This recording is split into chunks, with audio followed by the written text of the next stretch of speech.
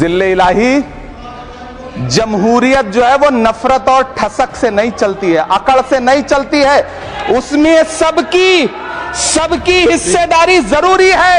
सबको समझना पड़ेगा कि जब जंगल में आग लगती है तो न वो बरगद बचते हैं जो हवा को आंधी में तब्दील करते हैं, न वो बांस बचते हैं जो आपसी रगड़ से चिंगारी पैदा करते हैं। ये बिल सिर्फ इस देश के मुसलमानों को नीचा दिखाने का और अपने एक ऐसे मतदाता वर्ग को खुश करने का बिल है जिनको इस बिल के पास हो जाने से कुछ मिलेगा भी नहीं। धन्यवाद मोदी जी, क्या बढ़िया सौगातें मोदी दे रहे हैं आप।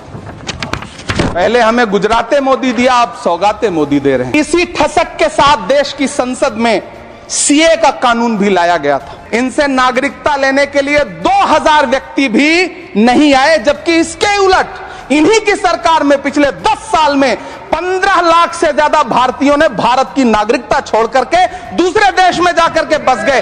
यह हुआ उस कानून का अंजाम। जिस तरह आज वक्फ के फायदे गिनाए जा रहे हैं, उसी तरह से किसानों को भी कृषि कानूनों के फायदे गिनाए गए थे, लेकिन अंजाम क्या हुआ?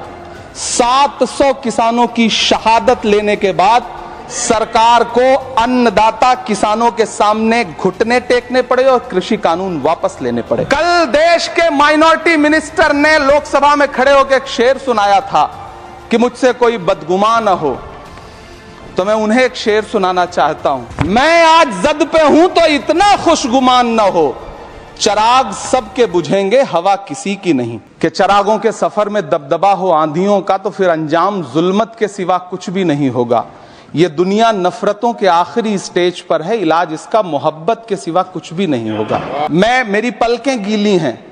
अगर देश की एक बहुत बड़ी आबादी को लगता है कि आप उसका भला करने के लिए नहीं बल्कि उनकी इबादतगाहों, उनकी कब्रिस्तानों, उनकी खानकाहों को बर्बाद करने का बिल ला रहे हैं, तो फिर आप अगर समझाने में नाकामयाब रहे हैं तो यह आपकी नाकामयाबी है। पहले समझाइए, उसके बाद कोई बिल लेकर के आइए, तब शायद हम आपका इतनी पुरजोर तरीके से विरोध ना करें।